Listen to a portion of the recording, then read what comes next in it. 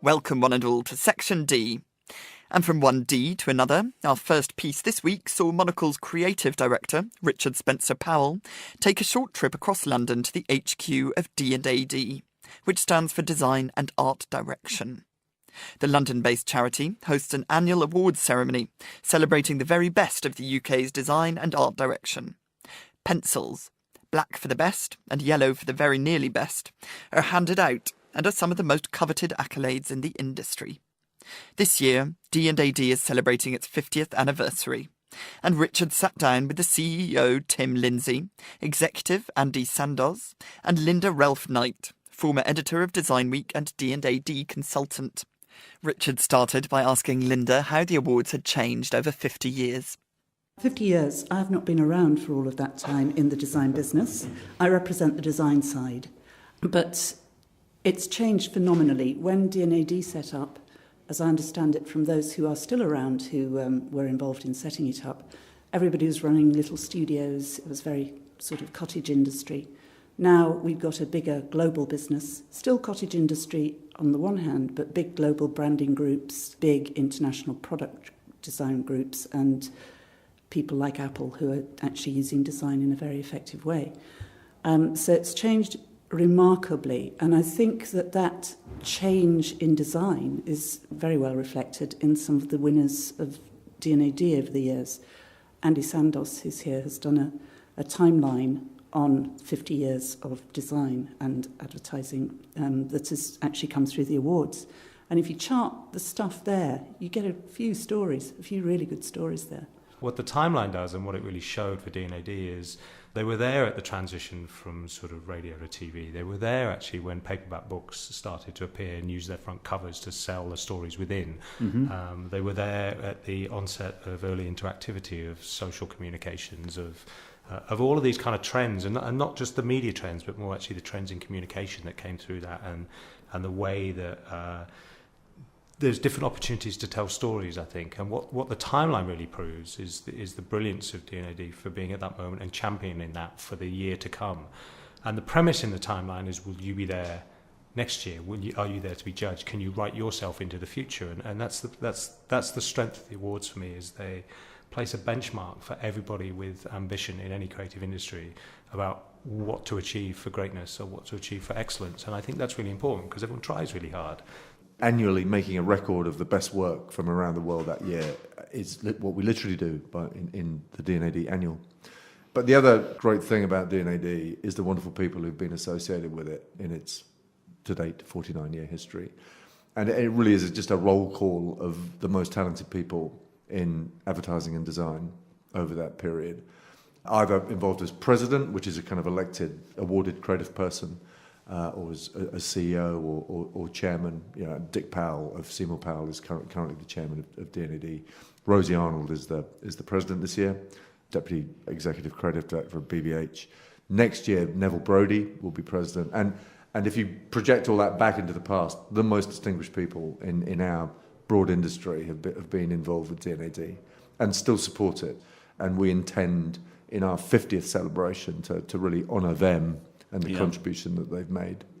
So this inclusion of very established and highly regarded people is part of the allure of D&AD. I suppose it's that you want to be judged by the best people, you want to be associated with the best people, and that's part of the process of getting everyone from around the world to submit. Are you looking at potential economic challenges with the state of the world? With obviously you have to pay to enter, and just reverting back to technology slightly, how has technology affected the entries and the types of work that you're seeing? Because obviously 50 years ago, I imagine it was mainly sort of print and TV, but now we're looking at so many more things. I mean, we've often, we lament the end of print because we're so much about print, but are you seeing fewer print entries? Yes, if I can answer that. I mean, one of the challenges and one of the things that makes it, kind of dynamic and exciting is evolving the categories to sort of reflect the reality of the business so that people are entering interactive work, stuff that's based on new technology, and D&AD actively, embraces the sort of emerging digital part of our business. Yeah, and I think has done it reasonably successfully. So yes, absolutely, conventional print entries go down, but that's compensated, in many other categories, and just referring to something you said a little earlier, absolutely. The strength of D&AD is the standard it applies. It doesn't have to give awards. We're a not-for-profit organisation. We're not compelled to give an award in a category if we don't think the standard is high enough. Getting a black pencil is just an unbelievable accolade. Yeah. And it's an accolade from your most talented peers. I mean, the other part of what makes it unique and appealing to creative people is the quality of the jury members. And this year, the 50th, we've got the most unbelievable jury foremen and jury members, coming from all around the world to judge the work. I was going to chip in on that technology point, actually. For me, like was it 15 whatever, the press, that was technology, when that came along, and movable type, and so was paper, I guess, paper manufacture and colour photography, and all of that is technology, and it's no different than iOS or if then else statements in code. All of it is the same thing, which is a medium for storytelling through creativity, writing, pictures, interaction, all that kind of stuff. So whilst I think there is going to be a natural down curve in print to some degree, I would also imagine that there is probably an uplift in quality in print, which suits D&AD very well, actually, as there will be more premium entries for print being an artifact that you wish to hold rather than something that you naturally just consume, like an article. And I think that actually goes well in D&AD's favour. But similarly, all of those skills of creative writing just move into different mediums that are more diverse. The concept of blogging as a creative writing platform is almost untapped in D&AD, I think, in that kind of thing. Or what is a magazine anyway? And all those questions I'm sure that you guys Linda and I were just talking about before, actually, will all mean that the skills are still there, they just shift across mediums. Yeah. So the prize of craft, I think, was always sort of well upheld in any medium, I think.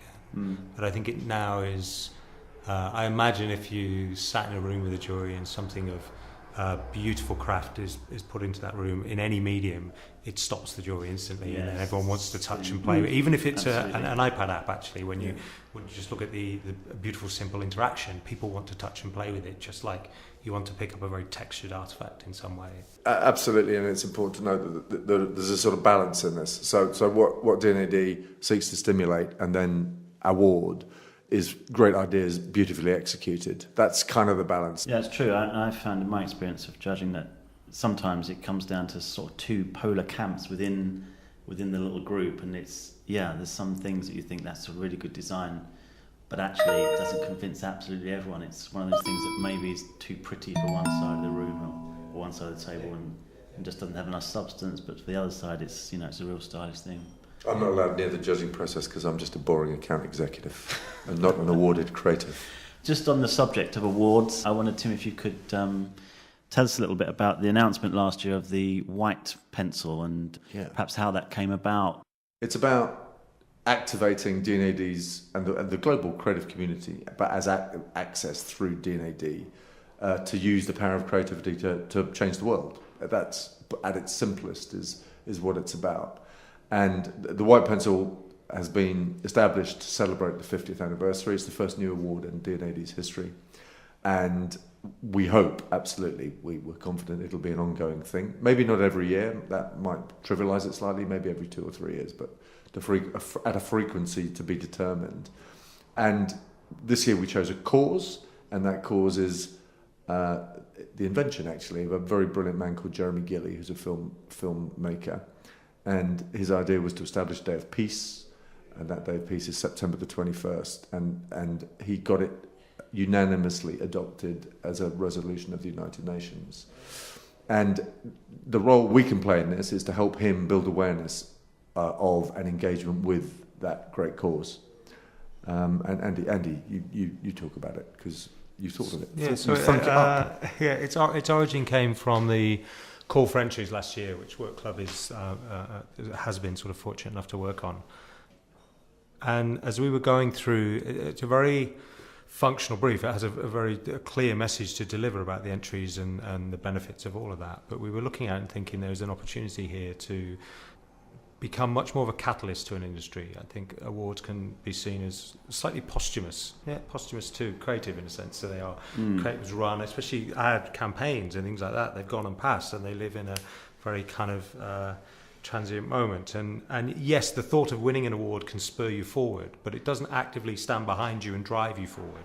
Right. And with the white pencil, the thought was really, can we create something that is a catalyst for ideas, that begins to say, we feel that if as an industry, as creative industries, we have ideas in this direction, we can have a much stronger impact on the future and on the world at large. And also it's just capitalizing on a trend that's obvious, a trend for social concepts and a bit more of a social conscience. I was thinking about people in early 20s, how socially motivated they are. I was into girls, mopeds and lager, I think, in my 20s. I had no mopeds. But I had no social conscience, I just wasn't aware, and I think now they are.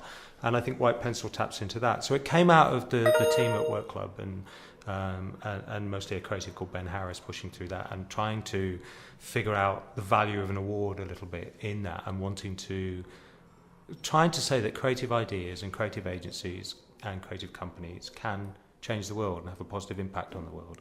And really that's what it does. Here is an award that says this is for ideas that change the world. And I think that's a brilliant message, whatever medium that you're working in, and it makes every company become accountable for their messaging and for their business and for what they're trying to achieve. And as Tim said, for this year, Peace One Day, really it's elevate Peace One Day. Put all of your communications, knowledge and power into Peace One Day and see if we can lift that message. And then Rosie, I believe, put in a fantastic twist that said your work must have run.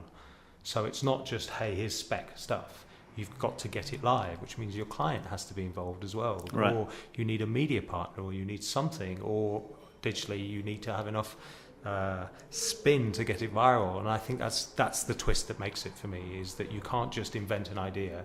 It has to be effective, it has to run, it has to be judged, and that's when the white pencil will judge you on the basis of its strengths. So I'm really excited to see what wins, and I'm really excited for the future.